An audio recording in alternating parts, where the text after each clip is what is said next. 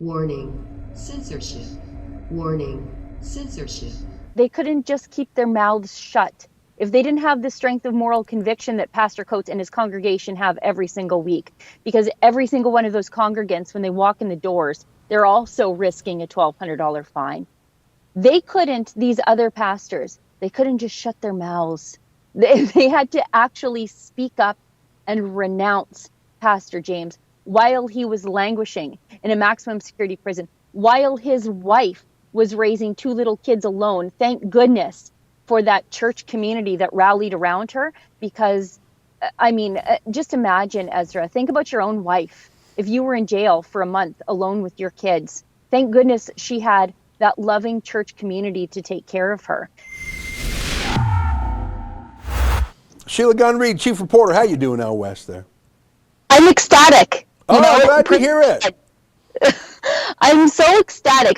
I sort of, unlike other reporters, I do get emotionally invested in my stories, because we are talking to people sometimes on their very worst days ever. And for the last 5 weeks, I've been in Grace Life Church with these wonderful people who have just welcomed me with open arms, and you, Ezra, and other members of our team too. They've been so gracious and so kind, and truly just the face of resiliency. And I hope we all find this strength of moral conviction that I see every Sunday in that church. And they persevered for the last, I guess, nearly 5 weeks. It's been 4 weeks. I guess it's today, a month today. I think so. Because, when Pastor Coates turned himself in, and he's going to be released with, I guess, just $100 out of pocket, besides the 1 month of his life that the province has stolen from him for the crime of saying service and not turning away 85% of his congregation. Yeah, it's an absolute disgrace that the province of Alberta jailed a pastor for a month.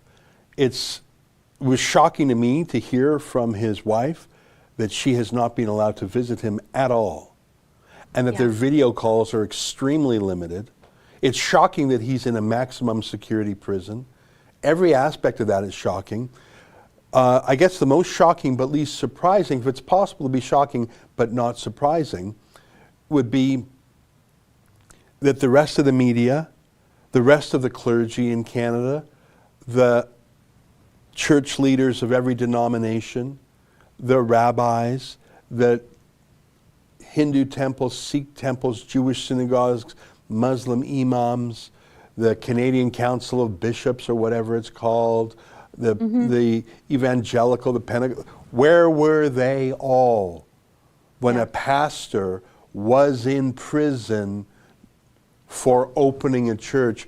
Their silence condemns them, and I'm ashamed of any church leader who was silent. And as you reported to me, and as I heard, some churches actually sided with the government and said, he's wrong. What a disgrace they are, Sheila. Yeah, they are. They couldn't just keep their mouths shut.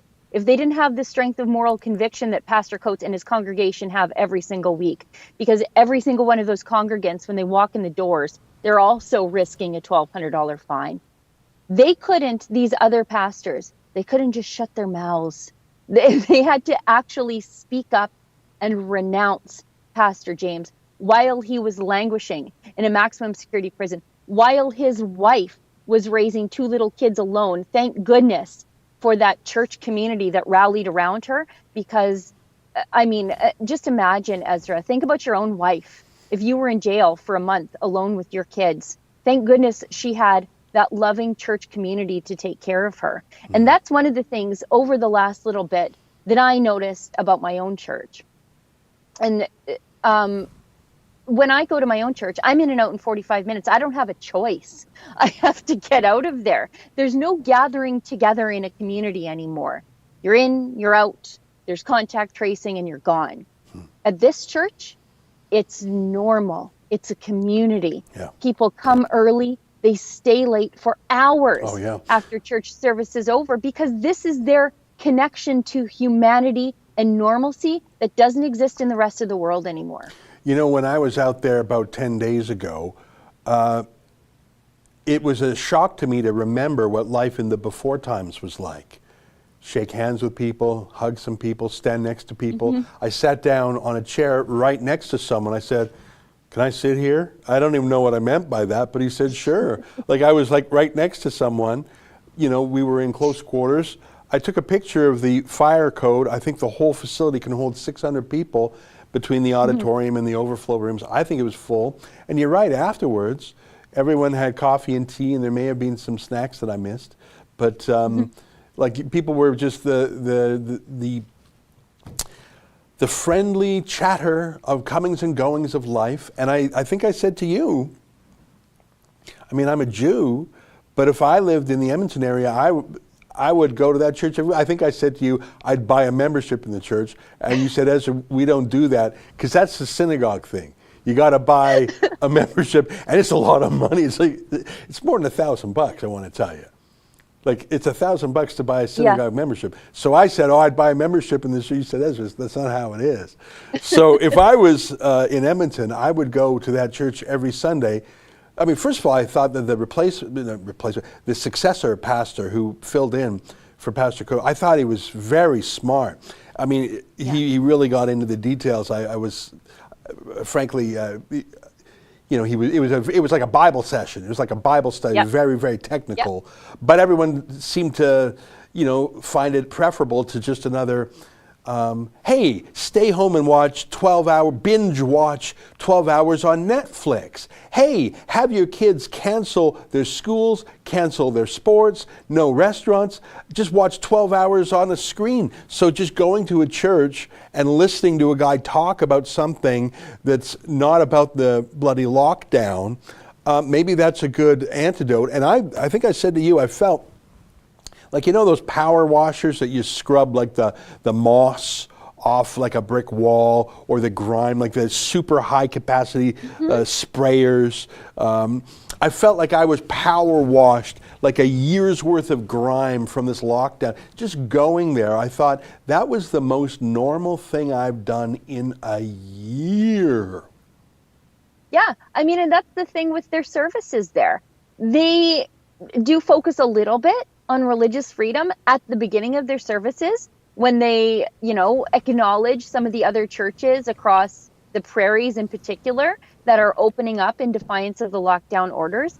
But then that's it. Then they get down to the business of saying a Christian service, and it's just normal. It's what they do every single week. Yeah, I like the singing too. I know that the singing's not your the singing is, but they had a guitar there. I didn't mind it one bit. The synagogues I go to generally don't have a guitar, so I really like that. There was some good singing going on. And I tell you, I mean, I'm half tempted to hop in a plane and go out there again this Sunday. I mean, I can only imagine the feeling of the reunion, and to hear his stories. I talked to his Mrs. Aaron Coates, the pastor's wife. I said, how's he doing in there? Do you think he's, you know, maybe making the best of it and, you know, promoting the good word in the prison? She said, well, that is his call. It's probably what he's doing. I won't get into everything she said to me, but I would be very curious to hear what it was like for him inside. I mean, I don't know the man, but I would imagine that he tried to turn that horrific sentence, that punishment, that un-Canadian punishment, I bet he tried to turn it into good. I bet he did good for other inmates there. I bet he tried to help people, and, you know, you're not going to find more people in need. Everyone in that building, I bet a lot of them actually are wicked criminals, but those are the folks maybe who need the words of a Christian pastor more than anyone. Ministering in prisons is a very special calling, as Chuck Colson taught us.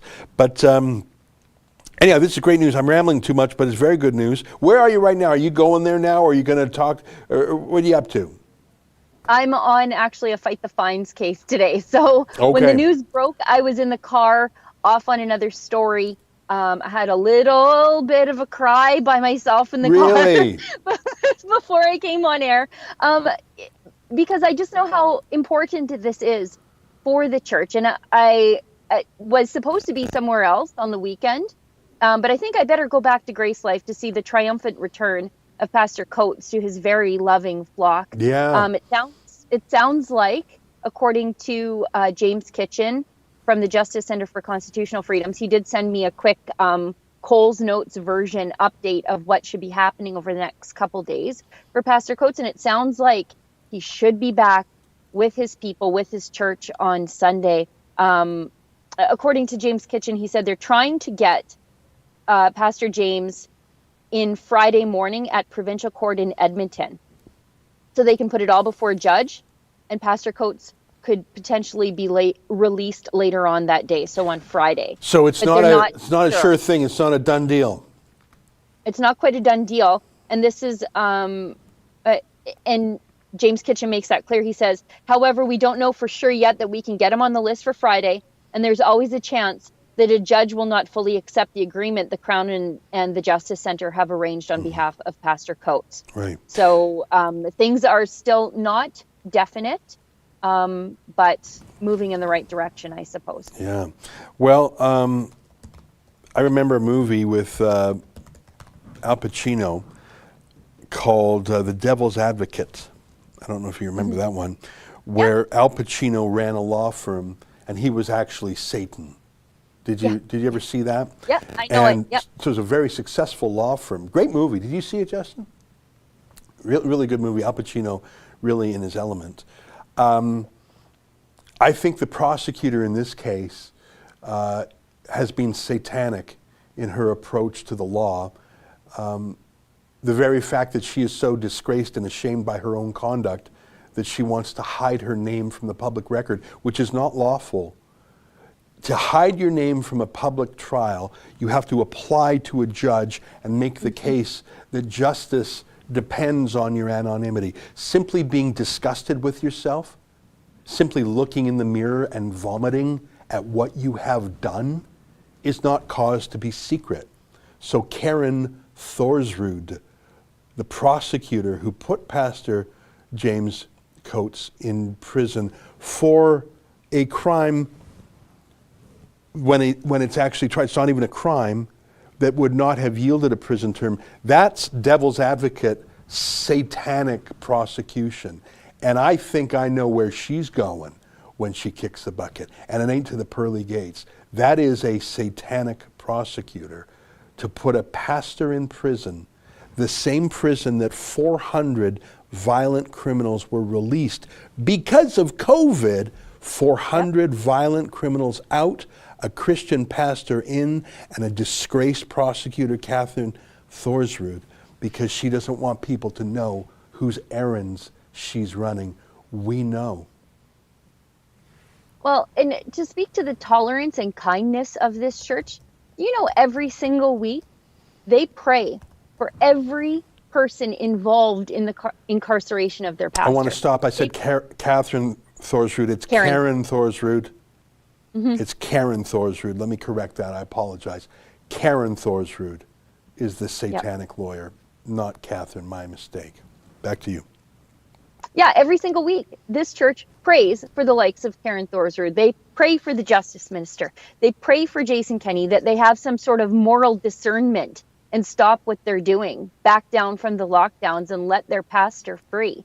Have their prayers worked? I would suggest yes. But I mean, that's the kind of people that they are. And it really troubles me to see anonymous trolls on the internet make moral judgments about who and what this church is, about who and what Aaron Coates is, about who and what Pastor James is. I mean, they've never met these people. I've spent 5 weeks with them. Yeah. They I loved it. The example it was so of Christian great. kindness. I had, you know what? I know my goofy comment about a membership. I didn't know you didn't have to be a member of a church. I thought you had to be a member. I would love to be a member. Maybe I would be the only member of the church. They would set up this whole membership application for me because I wouldn't know differently. You have to do that. You have to fill out the form. You have to send them a check. There's a membership committee. So they would, maybe they'll set up that process for me or something. That's just for you. I'm just joking around. There were so many wonderful people there, young, old, babies, kids. You know what? I know that not everyone likes to hear the sound of kids crying, but that's the sound of life. You know, Yeah. mom's taking the crying babies over there, there's kids running around because they're a little bit bored. That's the before times. I loved it. I loved seeing all the kids and the babies and the preggers moms there and people of different backgrounds. And I thought, oh my God, this is the realest I've lived in a year. That's why Karen Thorsrud hates them, because they defy this morally debased way we're living, where we treat the innocent as criminals, where we treat the healthy as sick, and where we allow the state to command every square inch of our lives. I think it's because this church believes in something other than Caesar. If you don't believe in anything else, you'll do exactly what your Caesar says. I say Caesar as the biblical way of saying the government. If you don't believe in anything else other than the government, you'll do whatever they say. If you do believe in something else, there might come a point where you say, you know what, the government's being a little wrong, a little bit evil, and there is this button I can push called, I'm out of here. You're too crazy and too evil, and you're violating things that are not yours to violate. I think that's why they pick on the churches the most, because, and by the way, the Orthodox Jewish synagogues in Montreal, because the similarity between Grace Life in Edmonton and the Tosh community in Montreal, for example, is that they both say, yeah, we pay our taxes, we obey the law, we listen to cops, but there are some things that are not yours, and you can't say shut down the synagogue, shut down the church. I was reminded that in the book of Exodus, the first demand that Moses made of the Pharaoh, or that the Israelites made of the Pharaoh, was not let us go. It was let us go out into the wilderness, and we're going to do a little prayer to our God. So we're going to take a short break from being slaves. We're not running away. We just got to go and do this prayer thing. We'll be right back, boss. So it was even then to say to the Pharaoh, you don't command everything. And that was thousands of years ago. Anyway, I'm rambling a bit, Sheila. It's great to see you. You've done outstanding work there. I am genuinely tempted to get on a plane and go and join them. I want to see with my eyes the reunion of Pastor James Coates, who I believe is not just a hero, he's a kind of martyr. I do not know if I have the constitution, the personal fiber, to have stayed a month incommunicado from my wife and kids, no visits, solitary confinement, maximum security with murderers, drug dealers, rapists. I would like to think I'm that strong. I've never been tested, thank God. I do not know if I would be that strong. He is not just a hero. What he did was a kind of martyrdom by any definition. He absolutely was a political prisoner. And I say again, the great disgrace is that so few were there to help him.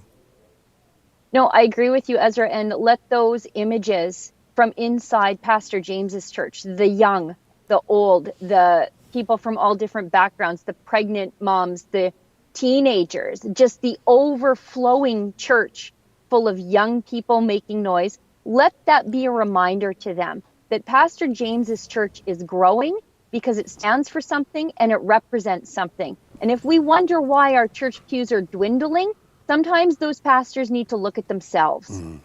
I'm going to fill out a membership form. Sheila, great to see you. You've done such great work here. Big shout out to the Justice Center for Constitutional Freedom. Obviously, our friends John Carpay and James Kitchen for fighting the good fight there. Thank you not only to you, but we've had some friends from Toronto go out there. I think Lincoln James was, Lincoln Jay was out there. I think we had a young Edmonton lad. Daniel was there. Mocha, I think, was there. I'm not sure if Kian went up there, but I was there even. We had a lot of people power going to that church because we thought it was a big story. We do believe it's a big story, and the story is not done yet. And we'll certainly be there at the hearing in May where the satanic lawyer Karen Thorsrud attempts to continue to prosecute. I think the word persecute is more appropriate. But look, a lawyer has a boss, and that boss has a boss, and that boss has a boss. This is not a rogue prosecution. You don't think this has been approved at every level. I'm going to end it there, Sheila. Keep up the great work. Thanks for joining us. Oh, hi, friends. What you just saw there is a clip from our Rebel News Daily Livestream show. It's fun, it's fast, and it's completely unscripted, so you never really know what you're going to get. Just go to rebelnews.com/livestream to sign up for special